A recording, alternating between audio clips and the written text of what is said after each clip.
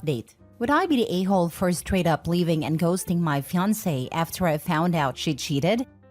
Original post. I, 28 male, have found out that my fiancé, 30 female of 2 years, cheated on me. We have been together for 6 years and in love with each other. At least that's how it was for me. She has been acting more distant and became more protective of her phone for the last 2 months. At first, I was not suspicious of anything, but the doubt grew more and more inside me as the time passed, especially after asking her if there was a problem since she felt distant. She said there was no problem and that was it. I gave in and snooped on her phone to discover she has been seeing a guy for the last 2 months. I was devastated. At the beginning of our relationship, I clearly told her lying and cheating in any form are the 2 unforgivable actions for me. Yet, she decided to cheat on me after 5 years of relationship, and we had been planning the wedding for the summer. I'm not proud of that, but I checked the old messages as well, but there were no case of cheating other than this. I have been thinking about it for the last few days.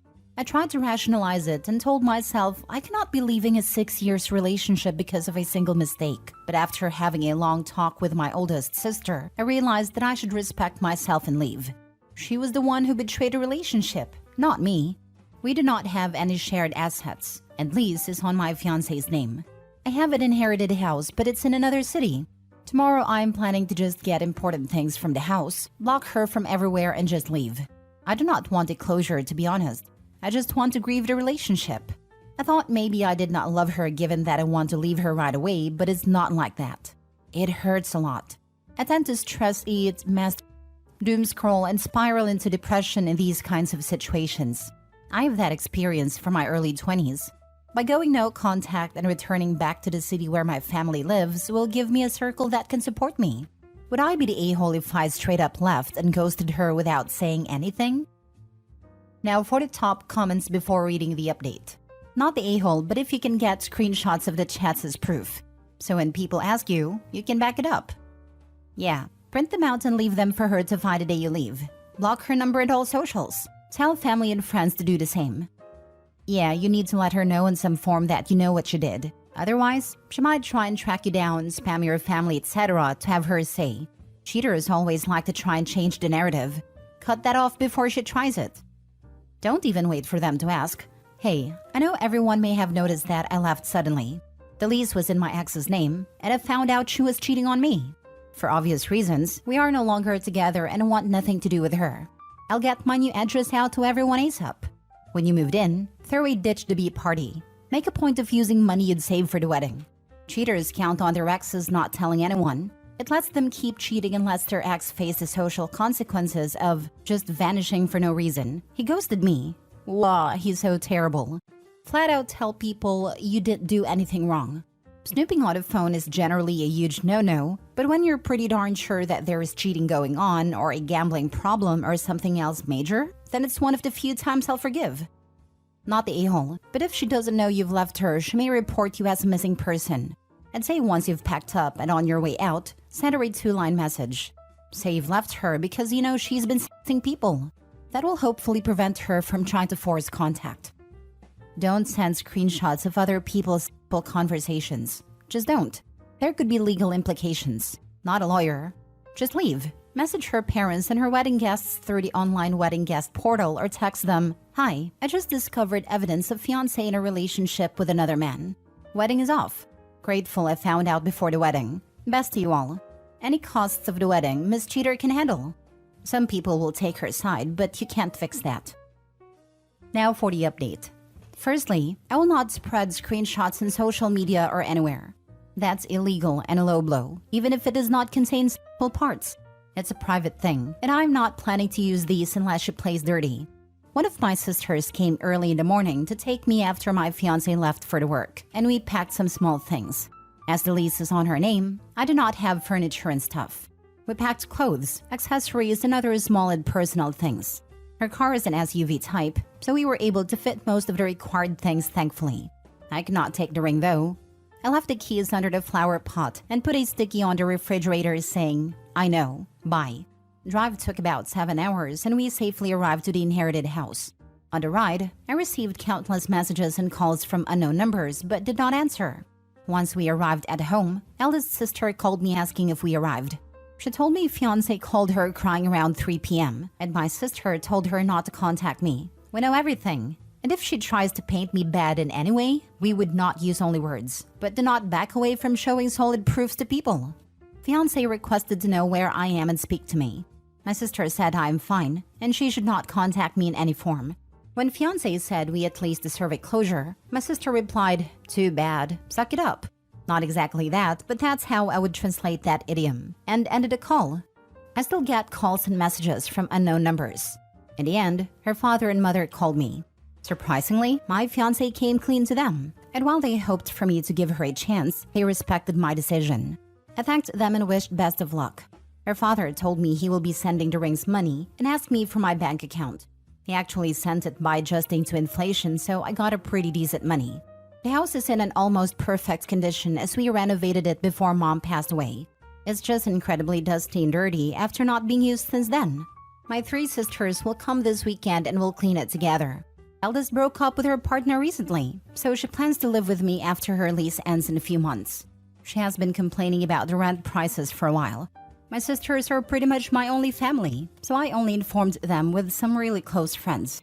I'm planning on going to therapy after settling here. It may sound weird how close I am with my sisters, but we grew up like that. We grew up with an abusive father, and as I was the only man and youngest one, all of the physical and emotional harm went towards me.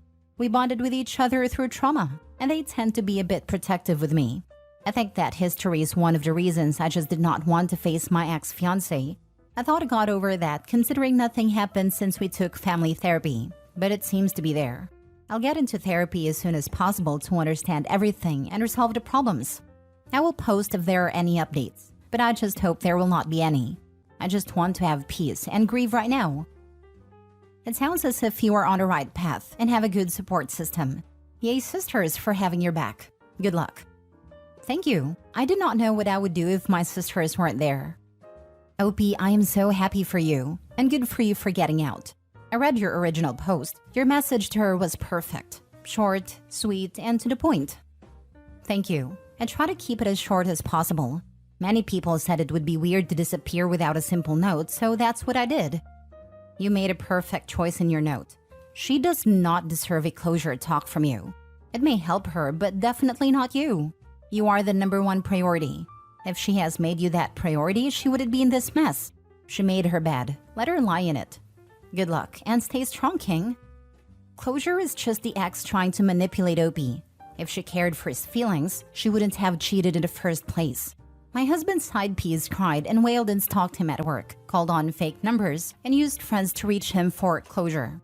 Her idea of closure is guilting him with, "If you have anything else to say, you should say it," and "I hope you're happy now" messages. She doesn't. She hopes he's miserable without her, so will come running back to her. Good on OP for 1, not putting up with the cheating like I have, and 2, cutting her right off. She has nothing enlightening to say. Walk away and stay strong, OP.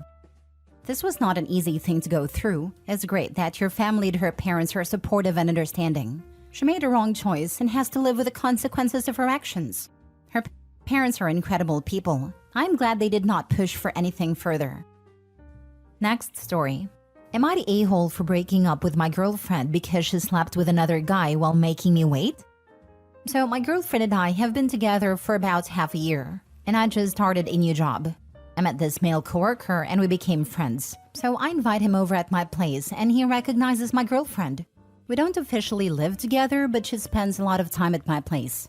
You can guess where this is going. After my coworker left, my girlfriend and I get to talking. Basically, she slept with him while dating me and made me wait. She said that our relationship was gonna be special and she wanted to wait, and that hook up with my coworker was just a one-night stand. I told her to leave because I knew I was gonna say things I couldn't take back.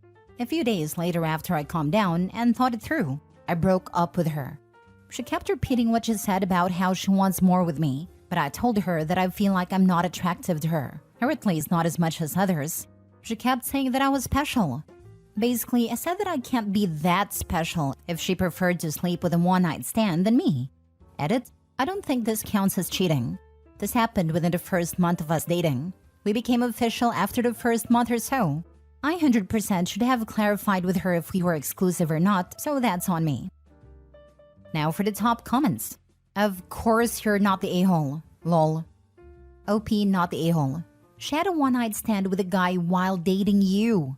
She has issues. If she legitimately thinks it's okay to sleep with someone and then tell the guy she's dating you're special, all that's gonna do is make the guy feel like shit. If you want to sleep around, do so. But don't make excuses to someone you're dating while you're sleeping with other people. Going to make anyone feel like crap. Hey, I really want something long-lasting with you, but this guy can bang me hard right now, okay? Not the a-hole. I can never get the logic that you're a special boyfriend material, so I will make you wait, but we'll be banging some other guy during the waiting time. Wouldn't it be the same if a guy sleeps with 2 to 3 girls and comes back home to his girlfriend telling you are a special one? She was cheating. If OP was special as she claims, she would have kept her legs closed for OP before there was exclusivity talks.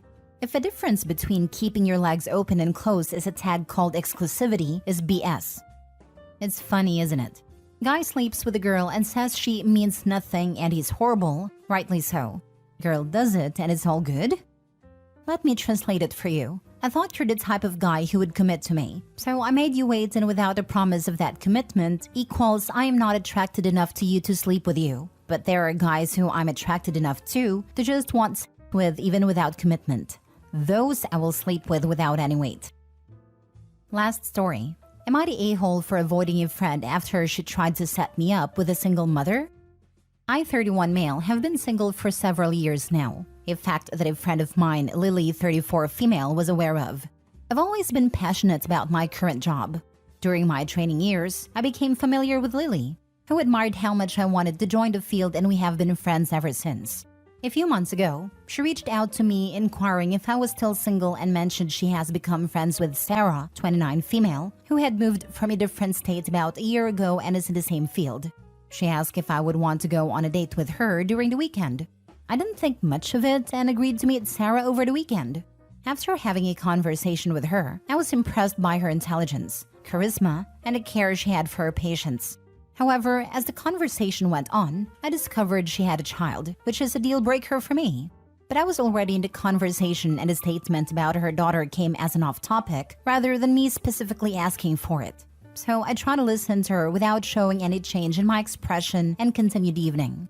Although I knew the date was over, I tried my best to keep the mood light because I felt so guilty for wasting her time. Not to mention how she might have had to arrange for a babysitter and then go home to take care of her daughter who probably was already missing her. In the days following, Sarah messaged me a few times, expressing how much she enjoyed our dinner and attempting to engage in further conversation.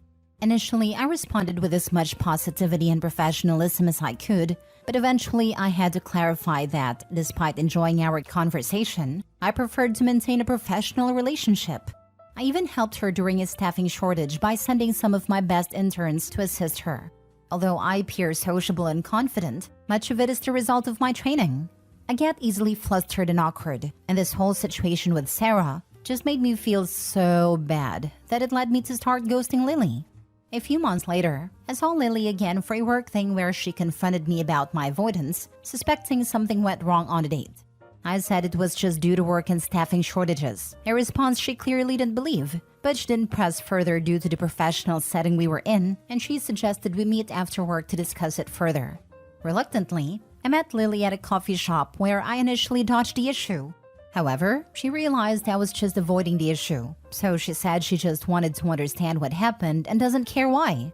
So I told her that Sarah had a child, and I would never date a single mother, something that Lily already was very likely aware of. She didn't show any change in her expression and just changed the topic to something else. However, I'm still a bit mad at her for making me look like a jerk to Sarah, who probably would have been friends with me and an amazing addition to my contact list professionally if not for this messed up date. You are not an a-hole for not wanting to date people with children, but there was no need to avoid her for so long. You could have just informed her of your preference, since she obviously didn't know. I think you made this a way bigger deal than it needed to be. Your technique to handle the situation reeks of emotional immaturity and conflict avoidance. But it doesn't make you the a-hole, really. I don't think anyone is the a-hole here. Lily was aware though, if not directly, she knew about it indirectly. She knew I wouldn't date someone with children. She has always known my stance for not wanting kids, and I have been very vocal about it. There can exist a situation where she imagined my want for not wanting children is limited to just my own and not others. But knowing her, she wouldn't make a mistake like that. That is different. Her knowing and intentionally setting you up was crappy to both you and the person she set you up with. That is what I fear. She's not the type of person who would put me in a bad situation knowingly, and she has always had my best interest in mind. Even when I talked to her before the date, she seemed cheery and happy about setting up the date. I have no idea why she did what she did. You could just say you weren't feeling it, and that's it. No need to explain more to them. I should have done that in retrospect, but during the moment when she confronted me, I knew she was prying for details, and I just said what she wanted to know. Looking back now, I probably should have done this, and just bottled up everything, and it would have been for the best. However, the genie is out of the bottle, and there's nothing I can do to take it back. But it's a good lesson to remember for future instances for sure. Yeah, you don't say this kind of thing. It should have been simply not feeling it or no chemistry or one of those. But getting set up with a work-related person is always a bit of a minefield. It's just tricky. On the other hand, Lily knew it was a deal breaker and set the date up anyway. Maybe this negative experience will teach her not to set people up who will never work out. The point of dating is to find someone compatible. You spend time with someone and see how it goes. You discovered that was the case with Sarah. Nothing wrong with that. I'm not going to say you're an a-hole, but your response is ridiculously immature. I thought I was advising for teens Reddit. You could have told Sarah that you're not interested in pursuing a romantic relationship when there is a child involved. You may have become friends. At least you could have maintained a professional relationship. And the drama with Lily was completely avoidable.